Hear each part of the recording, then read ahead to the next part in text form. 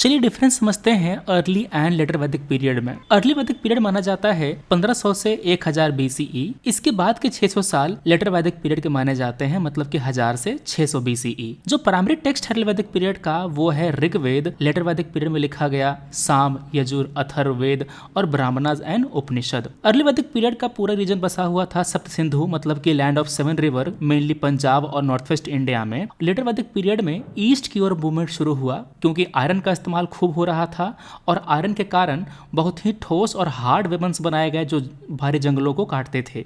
तो Gangetic plain खास करके यूपी और बिहार के यहाँ पर लेटर वैदिक पीरियड पाया जाता है। पॉलिटी अर्ली वैदिक पीरियड में ट्राइबल सोसाइटी हुआ करती थी जिसको रूल करते थे राजा, जिसके पास लिमिटेड पावर था। धीरे धीरे ये होता गया कंसोलिडेट, जन से बन गया जनपद और फिर महाजनपद का उदय होता है, जहां पर वंश के आधार पर जो राजा हैं वो बने, टेरिटोरियल जो किंगडम से उसका उदय हुआ। अर्ली वैदिक पीरियड में इकोनॉमी थी पास्टोरल, घुमंतु, कैटल बेस्ड। दौलत नापा जाता था गाय के टर्म्स में, मगर बाद में धीरे धीरे एग्रीकल्चर का उदय होता है। आयरन टूल्स का इस्तेमाल किया गया, वेट राइस कल्टीवेशन शुरू हुआ और यहाँ पर प्रोडक्शन सरप्लस होने लग गया, जिस कारण से एक स्थायी जो सिविलाइजेशन है उसका उदय होता है। सोशल ऑर्डर अर्ली वैदिक पीरियड में वर्ण फ्लेक्सिबल था, कर्म के आधार पर था, ऑक्यूपेशन के आधार पर था, कोई रिजिड कास्ट नहीं था।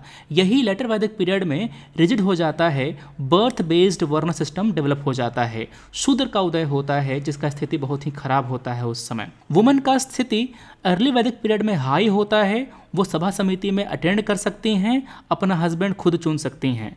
मगर लेटर वैदिक पीरियड में उनका स्थिति डिक्लाइन हो जाता है, असेंबली में उनको अलाउ नहीं करते और डोमेस्टिक रोल में ही उनको बांध के रख देते हैं। अर्ली वैदिक पीरियड में प्रकृति की पूजा होती है, इंद्र, अग्नि, वरुण, इन सब की सिंपल फायर सेक्रीफाइसेस होती हैं।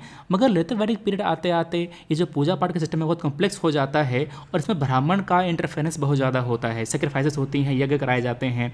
साथ में पहले इंद्र, अग्नि और वरुण प्रोमिनेंट थे, अब पशुपति, विष्णु और रुद्र प्रोमिनेंट हो जाते हैं।